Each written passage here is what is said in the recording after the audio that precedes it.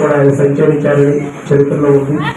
అటువంటి ప్రాంతంలో ఈ ఆలయం ఉండటం కోసం నిరంతరం శ్రమపడుతూ సేవ చేస్తున్నటువంటి మల్లేశ్వరి బృందం అందరికీ కూడా ధన్యవాదాలు తెలియజేస్తూ భక్తవాసులందరూ కూడా ప్రతి కార్యక్రమానికి సహాయ సహకారాలు అందించి ఈ కార్యక్రమానికి ఇతోలికంగా తమ వంతు సహాయ సహకారాలు అందించవలసిందిగా కోరుతున్నాం. జై శ్రీరామ్, జై శ్రీరామ్, జై శ్రీరామ్. కార్యక్రమం